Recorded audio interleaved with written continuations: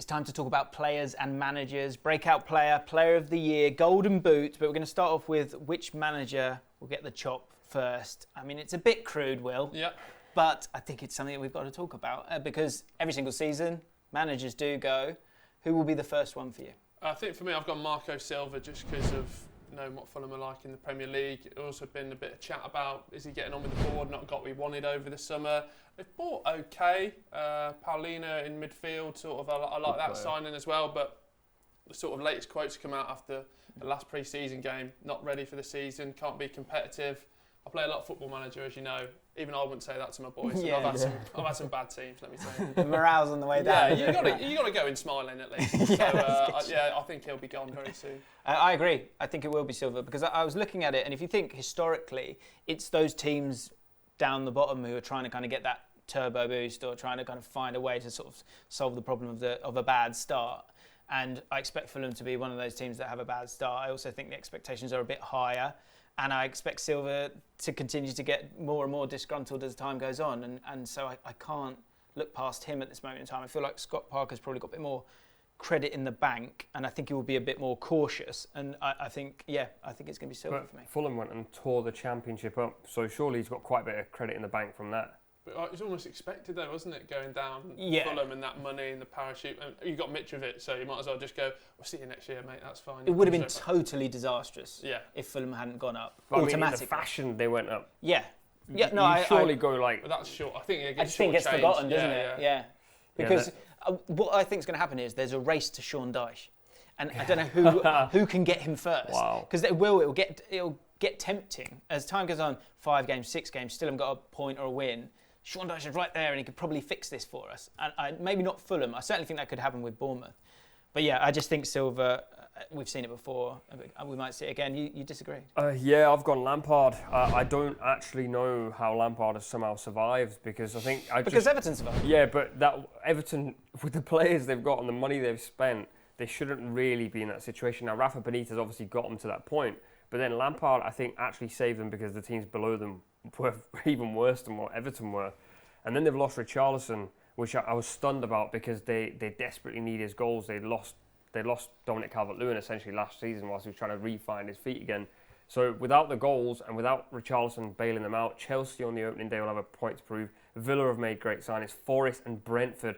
As much as that looks like a green in FPL terms, that is a red all the way through because you lose to Villa and the fans will get on your back. You lose to Forest and it's suddenly like, it's this all over again. And because they were so close to going down last year, you start to think, the rumbles are going to begin. And yes, there is a race to Sean Dyche. And I actually think Everton are best suited to Sean Dyche. Tarkowski's gone there. Dwight McNeil's gone there. Max Cornet is going there next. Sean Dyche is building Burnley in Everton already. God, yeah, it's a very, very good point. Let's move on to the players then, because that was a sordid affair talking about managers getting sacked.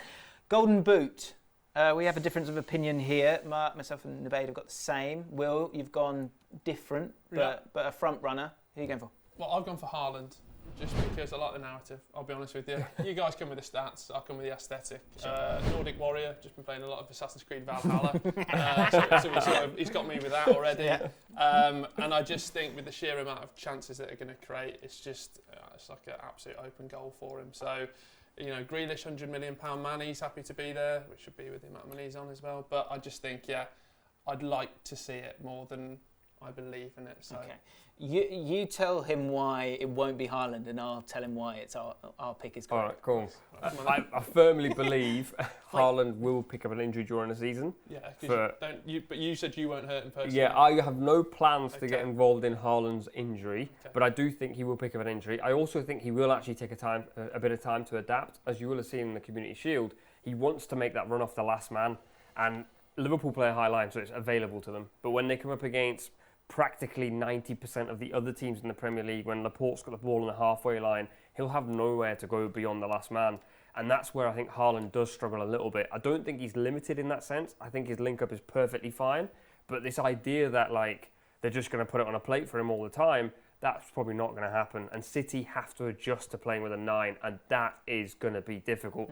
Put a case forward for our guy. It's going to be Harry Kane, I'm afraid. Oh, and the guy is going to explode once more. Even though last year he was fantastic, 17 goals, he had 9 assists, but he created 19 big chances. So he should have had 15 assists and 17 goals, something around that mark. I just think the way that they're set up, a Conte side as well, I think we were talking about that Conte might not really be too concerned with the Champions League, so that means the focus is the Premier League. Kane will play most games, and Kane will score a lot of goals. So he's the Golden Boot for me. He's also my Player of the Year because of the Golden Boot, because generally the player who scores the most goals wins that. What else have we got here when it comes to Player of the Year? You've gone elsewhere, Nubaid. You've gone closer to home. Or the team that you love, at least. Yeah, I think it's just a terrible narrative, and people are going to murder me for it. But whenever Salah changes something in his luck, something mad happens. He's got blonde tips in his hair. Really? Blonde tips now? Yeah, and the year he moved from like no abs to like 6-pack to 8-pack was the year before last, where he was unbelievable. Even last year, he was really, really good in that first half of the season. That was when the 8-pack was introduced. Right. Now we've got blonde tips, and also in the Community Shield, every year he seems to add something new to his game. This year, he's for whatever reason suddenly been using his right foot a lot more. I've been screaming at him for 4 years to do it, but he's listened. He listened. Yeah, he heard me. He's like, that's exactly what I needed. So I back Salah to absolutely tear it up this season. You've also gone different again. Yeah. I've gone for Heung-min Son. This feels narrative-based. Go on. Yeah, well, there's a big injustice that happened last year. Should have been awarded. PFA Team of the Year didn't get in there. Golden Boot shared it, which was another debate raging on Twitter as well. 23 goals last season, really sort of fitted into that Conte side well. Like you said, his link up with Harry Kane, arguably the better finisher last year against Harry Kane. Probably one of the best finishers in the league. Yeah, and he slept on. No pens as well. He's done it with all. So he's going to win Player of the Year, but he's not going to win the Golden Boot. No, because I think the Mohamed Salah or Haaland is going to win that. Your predictions just went in the bin there. No. I think one thing on Haaland as well, no World Cup. And Salah as well, so a good bit of resting. Salah gets a big rest. We'll finish off with breakout player. I'll go first. Julian Alvarez. I think playing for that team, they're going to be obviously possession heavy as they always are. Look great in the Community Shield. He's ruthless. Like he scores goals, but he's also got incredible vision. It's averaging 2.4 successive dribbles as well in games, so he's good in tight areas. He's a bit of a ghost as well. Just seems to find these moments. I think he's going to go straight into that. 15, 16 of the squad, and I think he'll get a lot of minutes, and I think we'll be talking about him a lot this year. I do wonder how much he plays. I really wonder how much he plays. I think he can play on the right as well. I think that's the difference. You've got Mahrez, and then Sterling's gone, Jesus is gone, so I think there's a bit of space Would there. you put him in your fantasy team? Not yet. Okay. And not generally because it's Man City in rotation. He's cheap though. He's cheap. Scamacca. I've gone Scamacca, the attacker. I've stolen that from James because I can actually pronounce his name properly. 16 goals last season in the Sassuolo side that did not do very well in the league. He is everything that embodies a David Moyes striker. In my own words, and this is not true, and there is no research based on this at all, he's an Italian gangster. And defenders will struggle against him. He's up for a scrap. He's good in the air. His hold-up play is outstanding. He can bring players into the game. Jarrod Bowen's also going to be a great shout for FPL or whatever version of fantasy sports that you like to play. So Scamacca for me is the breakout player. Who's yours? I've gone a bit different. I've gone younger. I've gone Harvey Elliott. So me and Jim, big Championship fans. Yep. It's all we've got, sadly.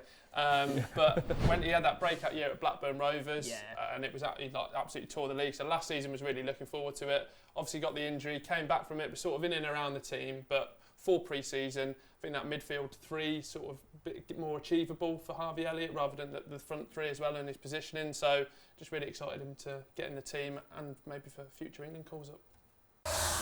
Thanks so much for watching ESPN on YouTube, and for more sports highlights and analysis, be sure to download the ESPN app, and for premium content and live streaming, subscribe to ESPN Plus.